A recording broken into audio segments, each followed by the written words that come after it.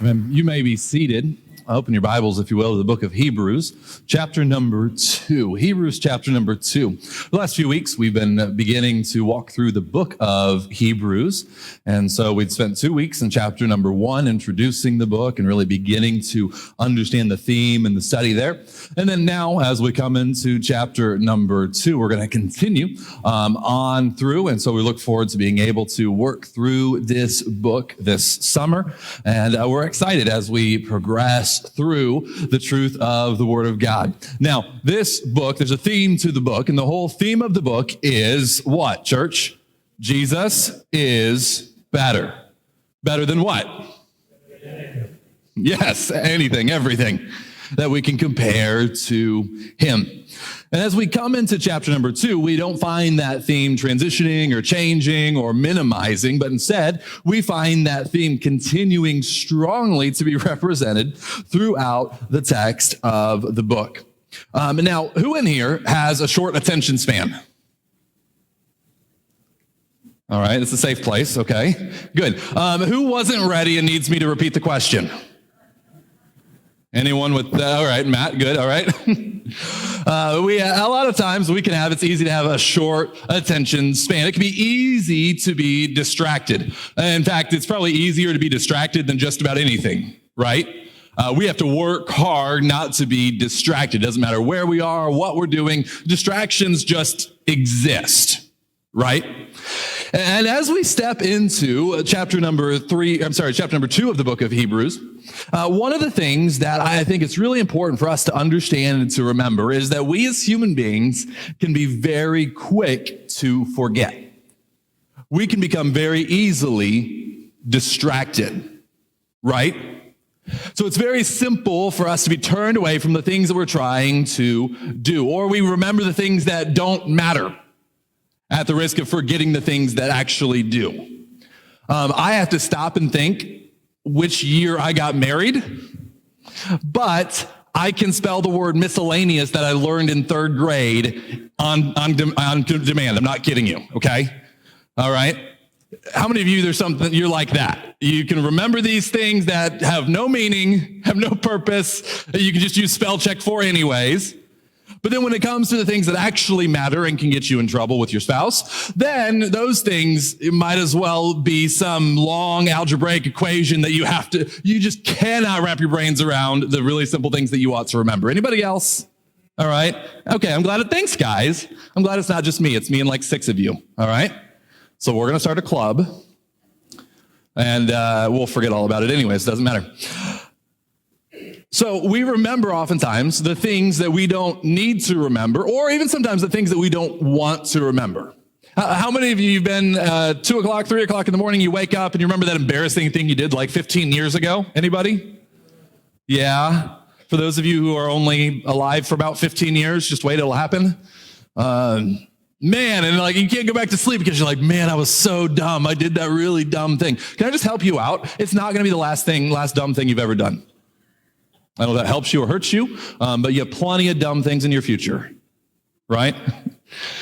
So the thing is, our brains are they're funny things. We forget what we don't want to forget. We remember what we don't want to remember. Anyone want to share one of those embarrassing things that happened 15 years ago? Okay, all right. It was worth a try. As we come into chapter number 2 of the book of Hebrews, watch what the author begins this chapter with. He says in verse 1, therefore, we must pay much closer attention to what we have heard, lest we drift away from it. And so the very first thing he says in the beginning of this chapter is he says what? He gives this command. He says, pay attention. Pay attention. Now, in the book of Hebrews, as we go through it, there are 5 passages that are considered warning passages of the book of Hebrews, where the author is going, hey guys, hey audience, listen to me, this is really, really important. There are 5 times that he does this. Chapter number 2 is the first of these warnings. And what is he encouraging us to do? He says, pay attention, guys, pay attention. But why do we have to pay attention? What's the purpose of paying attention? He says it in verse number 1 right there. Lest we drift away. lest we drift away. And so we have to pay attention to prevent drifting. But what is drift and how does it happen? So if we're supposed to pay attention so that we don't drift, what is drift and how does it even happen in our lives? Drift is simply this. The dictionary definition, a continuous, slow movement from one place to another. And so if your mind goes to a boat or a ship, that's the appropriate analogy. If you're sitting on a river or on a lake or on the ocean, and your boat is not anchored down, what's going to eventually happen to your boat? Is it going to stay in the same place on the water? Well, no one would expect that if you know anything about how currents work. There's going to be a drift that takes place. And if you're not paying attention, that drift can take you just about anywhere, right? You look away for a minute and you look back and you're now no longer where you wanted to be. But even as we look at drift, and here he's not speaking of a physical drift, he's speaking of a spiritual drift. And as we consider drift and what drift is, we have to remember that drift is accidental, right? Drift is accidental. It doesn't have to be on purpose. So many times we think of the Christian life as a series of things that ought to happen to us, but the Christian life and Christian growth does not happen by accident. You know what does happen by accident? Drift. All of a sudden, we aren't intentional about our spiritual lives. We set these things on the shelf temporarily. We allow them to be placed off to the side. Well, can I tell you? I can tell you exactly what's going to happen. You're going to drift. So it happens accidentally. It happens incrementally, meaning this, it happens a little bit at a time. It happens a little bit at a time. No one gets up and thinks, you know what, I'm just going to totally fall off of the train today. It happens a little bit at a time. In fact, the book of James, he plays out and shows us how sin develops in our lives. And he says it begins with the internal and it plays itself out to the external. It starts on the inside with our desires, our thoughts, our wants, and then it moves further and further and further towards action. And so it's very incremental, which means this, it happens slowly. Drift doesn't just happen instantaneously. That's not drift. Drift is something that happens over a period of time. But it's not only accidental, it's not only incremental, but it's also detrimental. You see, drift, while it may seem harmless at first, drift can be very dangerous. Drift can take you to the places that you do not want to be. Drift can move you off course. It can take you and eventually drift. If we want to stick with our boating metaphor, it can shipwreck you. So we have to be careful about this drifting that here the author of Hebrews is warning about in the beginning of this chapter. And what's the cure for drifting? It's to pay attention. To pay attention. What are we paying attention to? Watch this. Verse number 1, he tells us this. Pay attention. Therefore, we must pay much closer attention to what we have heard. What we have heard. Well, what have they heard? What are the things that they have heard? Well, what's chapter 1 all about? It's all about a person. That person is Jesus. And so as we come into verse 2, keep reading with me. For since the message declared by angels proved to be reliable, and every transgression or disobedience received a just retribution, how shall we escape if we neglect such a great salvation? And so what is he saying? What's the author saying? He's saying angels, yeah, they were good. They were great and everything. This is all the theme of the last part of chapter number 1. Angels, sure, they're great. And they were great messengers. And the people listened to the message of the angels. So now we have Jesus. And are we listening to the message of this one who is better than the angels? Or are we ignoring his message? And he goes so far as to say, you have to be careful and pay attention because what's going to happen? How will you escape if you neglect such a great salvation? Now that word neglect right there, is that an intentional word or an unintentional word? Do we neglect on purpose or on accident? Does anyone intentionally neglect things? No, we walk outside and we find that our garden's overgrown with weeds and we don't say, oh, I'm good, just like I planned. Right? What happens? We get busy. Things take up our time. And so all of a sudden, it's been a few days and we go outside and we go, oh no, you got to be kidding me. They've come up again. Neglect. Neglect doesn't happen by accident, just like drift. And in fact, these two are meant to be accompanying each other, these words are. So as we drift away spiritually, we're neglecting our spiritual health. We're neglecting the salvation that we have, or we're neglecting the way that we are saved. Now watch this. He continues. This is all the introduction to this chapter.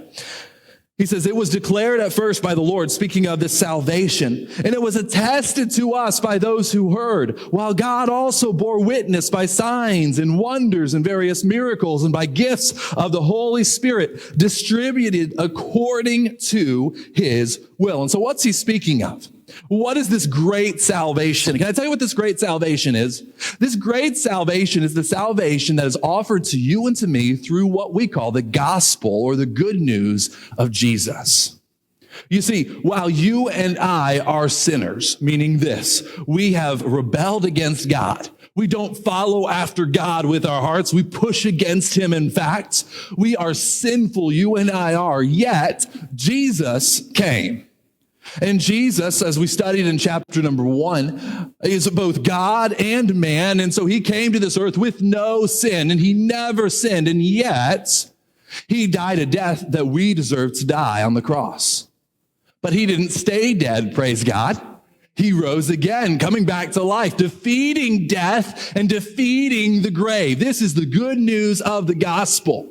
And so the author says, you guys, you've heard about this through all these testimonies. You heard about it from God even before Jesus came, through the law and through the Old Testament. And then we saw those who saw Jesus, and the ones who were eyewitnesses of what Jesus did, they told us more about it.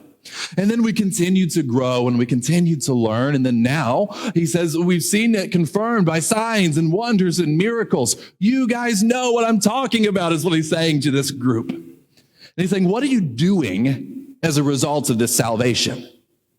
How does this salvation actually affect your life? Was it you were saved and now, okay, great, I'm a Christian and I've punched my ticket to heaven, and so therefore I'm good now and I can just stay settled and stay seated? Well, no. He says, be careful. You're not going to get to the destination that I'm calling you to go. You're not going to finish the race that I'm calling you to finish. Hey, no, you're going to drift. You're going to drift. And what this passage I do not believe is teaching, and we're going to get to a couple more that are more clear on this, especially when we come to chapter number 6. I do not believe that this passage is teaching us that it's capable of we're capable of losing the salvation that God has granted to us. That's not what I believe this passage is speaking of. What this passage is speaking of is our spiritual growth, our spiritual maturity. Maturity doesn't come about by accident. This week, there was the NBA draft, if you follow sports, NBA draft, and you see these young men who are 18, 19, 20 years old, and they're getting picked by these NBA teams, guaranteed these millions of dollars. Well, how did they get there? Did they get there by accident? He is the king, champion, brother, priest. King, champion, brother, priest. Let's begin by looking at this first of these characteristics, starting in verse number 5. For it was not to the angels that God subjected the world to come, of which we are speaking. It has been testified somewhere, and I love this because he kind of writes this. He says, it's been testified somewhere, as if like he's having a senior moment, and I can't really remember where. And then he goes and he quotes Psalm 8 word for word. What is man that you're mindful of him? Or the son of man that you care for him? You made him a little lower than the angels. You crowned him with glory and honor, putting everything in subjection under his feet. Now, in putting everything in subjection to him, he left nothing outside of his control. Okay, let me ask you this question. Does the world we live in today look like a world that is totally under Jesus' control? I don't hear anyone saying yes. We're all sitting here going, no. So this part of the Bible is untrue and we should just rip it out, right? No. In fact, what does he say? Watch this. He says, at present, we do not see everything in subjection to him. So right now, we don't see that playing out yet. But as we look around the world, we really step into one of the great tensions, we'll call it, of the Christian faith. Because if you look at it, does everything look the way that Jesus wants it to look? Is it Jesus' desire for the world to be at war? Is it Jesus' desire for the world to be in pain, to experience conflict? And does a world under Jesus' control look like this? Hear me out. 20% of Americans have a diagnosable mental illness. 1 in 5 Americans, a diagnosable mental illness. And in fact, 8% of American adults, so that's 1 in 12, report a substance abuse problem just within the last year. So we're talking about illicit drugs, alcohol. That's 500,000 in Michigan alone. Almost 5% of adults, or 1 in 20, have self-reported serious thoughts of suicide. Does this sound like a world that's under Jesus' control, where Jesus has his way and gets his way? One of the most popular songs of this year, in fact, while we were celebrating Easter, this was in the top 10 of the Billboard Top 100. It's a song called Dear Alcohol, and he says this: I got wasted because I didn't want to deal with myself tonight. My thoughts get drowned until I feel all right. I keep drinking till I'm someone I don't recognize. I got wasted. I know where this road goes. Alcohol ain't my friend, but I keep drinking because these demons roam and follow me around everywhere I go. It clouds my mind and soul. It turns my heart cold, but I keep drinking because it makes me feel like I'm not alone. The world has beaten me down and it's pushed me right to the brink. I take a shot every time because, man, it helps me escape. Does that sound like someone who's experiencing a world under the control of Jesus? But so much of this we can look at, we can relate to the pain and the struggle that life puts us up against, can't we? We can feel the stress and the anguish that goes on. Right now, we live in a period of time that theologians call the already but not yet. The already but not yet. And here's what that means. We're living in a world that is under Jesus' control, but it's not yet fully realized.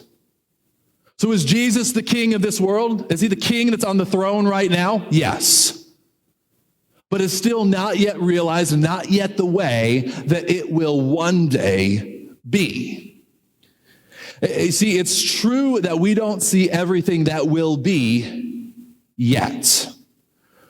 But we have to decide now, because remember, we're talking about drift still. You and I have to decide where we are going to look to cope with or to find hope with while we live in the already but the not yet.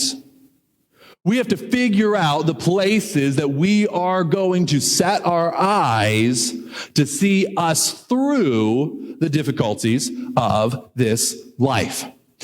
And our culture today is what I would call an escapist culture.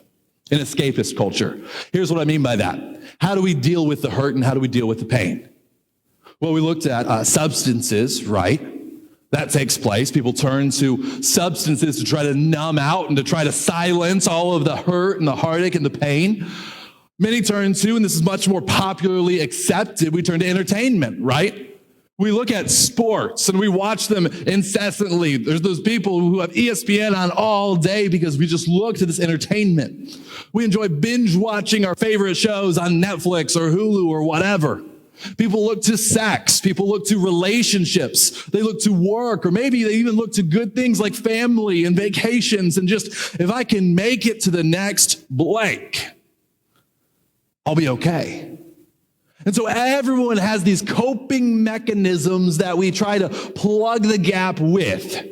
Because can we all admit this? If you're an adult, you've lived over a certain period of time, life is hard. Life is hard.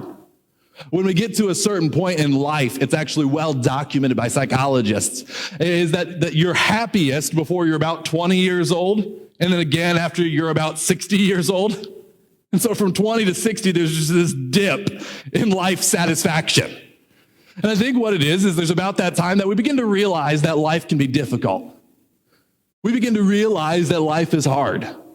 Responsibilities begin to kind of press us down. The dreams that we had as kids go unfulfilled. And it doesn't look the way that we wanted it to look. So life begins to feel off script. And right there in the middle of that low, we have what many have termed, I'm sure you've heard the phrase, a midlife crisis, right? Where men begin unbuttoning their shirts to their navel and go buy a red convertible. You have this period of life where you're just trying to figure out what's happening, trying to figure out how to cope with and deal with all these unmet desires and this angst that we have. Well, the fact is that God gives us a direction because our eyes aren't supposed to go to any of these things in the first place. You put your eyes on career satisfaction, you're going to be disappointed. You put your eyes on political success, you're going to be very disappointed. You put your eyes on wealth, you put your eyes on fame, you put your eyes on anything other than Jesus, and can I tell you this? It's going to come up empty. You're going to be throwing that bucket in the well, and you're going to realize that there ain't no water in it. And you're going to think, oh, I'll dig deeper, and I'll dig deeper, and it'll work for a while, but eventually it'll run out and it'll run dry. You see, chasing satisfaction, chasing these things, it's kind of like a fire. That's one metaphor that our desires are compared to in the scripture. What fire ever says, you know what, I've consumed enough, I'm ready to go out? That's not how fire works. Fire consumes as long as there is something to consume. And so are your desires. And you know, the only one that cannot be consumed by your desire and that cannot be overtaken and overcome by your desire, it's Jesus Christ. You see, that's a well that you can go to and it doesn't run dry. He's a well of living water. And that's why he tells the woman in John chapter number 4, he says, come to me. Because why? I can give you living water and you'll never thirst again. But the fact is that so often we want to substitute all of these other things for Jesus, the things we can see, the things we can feel, the things that we can touch. But they will pull you deeper and deeper and they will never satisfy you. Follow me with this. Escapism is for the person with no hope. You have hope. Escapism is for the person with no hope. You have hope. So as believers in Jesus, we don't have to turn to those things because we have something that satisfies at a much deeper level. Does that mean we never battle it? No. But it does mean this. We have something better. We have Jesus Christ. We have Jesus Christ. We can remember, watch this, we can remember that there's a better king. There's a better king. Look at verse number 8 with me. He says, putting everything in subjection under his feet. Now, in putting everything in subjection, he left nothing outside of his control. Verse number 9, we see him who for a little while was made lower than the angels, namely Jesus, crowned with glory and honor because of the suffering of death, so that by the grace of God he might taste death for everyone. And so we look at Jesus, and when we look at Jesus, the first role that we see him in is we see him as our king. We see him as our king. And even as we look at the world around us, we cannot see the world the way that it will be, but we can see the one who's making it that way. We can't see the world the way that it will be, but we can see the one who is in the process of making it that way. And we can rejoice in that. So we can't see the art yet, but we can see the artist and trust the one who is in the process of working these things out. And so we can avoid this drift by remembering that we have a better king. Not only that, look at verse number 10. It says, for it was fitting that he, for whom and by whom all things exist, and bringing many sons to glory, should make the founder of their salvation perfect through suffering. This word right here in verse number 10 that's translated in this version of the Bible as founder, it's translated different ways in different versions of the Bible because it's a word that doesn't really have an equivalent in English. So sometimes it's translated founder, sometimes it's translated author, sometimes it's translated captain. Maybe I can use this word today, champion, the champion of our salvation. The best illustration that I think I can give of this concept that this word is trying to convey comes from the book of 1 Samuel, a man by the name of David. David, if I say the word David or the name David, speaking of the Bible, I say David and you're going to say what? Goliath. David and Goliath. And the way that this story goes is that Goliath was a giant. He was from a nation known as the Philistines.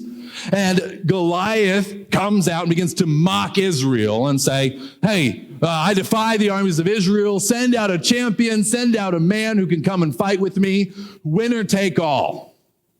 And if you're familiar with the story of David and Goliath, David goes out there, takes just his sling and some stones, and he goes and he defeats the champion, Goliath. David was a champion on behalf of the people of Israel. Here in Hebrews, Jesus is the champion on behalf of you and for me. Jesus is the champion that accomplished something that you and I never could, simply because you and I could never do it. He did it in our place. So Jesus is the champion who defeated the enemy that you never could. When we look at the story of David and Goliath, in that story, if we want to place ourselves in that story, hopefully you're not Goliath. And can I say you're not David? If we're anybody, you and I, we're the army of Israel that's cowering, waiting for something to happen. The ones who are unwilling or unable to fight on our own behalf. And so David, or in our case, the better David, Jesus goes out and defeats the enemy that you never could. And he conquers and he wins the battle for you and for me. And so now as we look at our salvation, it's not something that you and I have to accomplish, but it's something that Jesus has accomplished for us. You remember that escapism? We like to hide. Jesus doesn't run from a battle. He goes and he fights on your behalf. Not only that, but Jesus, look at verse number 11. For he who sanctifies those who are sanctified all have one source. That's why he's not ashamed to call them, what? Brothers. He's not ashamed to call them brothers. Does anyone have that weird family member that you're kind of embarrassed by? Stop looking around. Stop pointing. Okay, some of you guys, man. Oh, you got like maybe that weird uncle or something, right? If anyone would have a reason to be ashamed of a family member, wouldn't it be Jesus? Couldn't he look at you and me and be like, wow, they are weak, they are faithless, they're frightened. I don't. Wouldn't he have all the reason in the world to be ashamed? But what does this verse say? He's not ashamed to call you and me his brothers. So Jesus, he cares for us like a perfect older brother, but watch how he does this. Saying, verse number 12, saying, I will tell of your name to my brothers. In the midst of the congregation, I will sing your praise. And again, I will put my trust in him. And again, behold, I and the children God has given to me. Verse 14, since therefore the children share in flesh and blood, he himself likewise partook of the same things, that through death he might destroy the one who has the power of death, that is the devil, and deliver those who through fear of death were subject to lifelong slavery.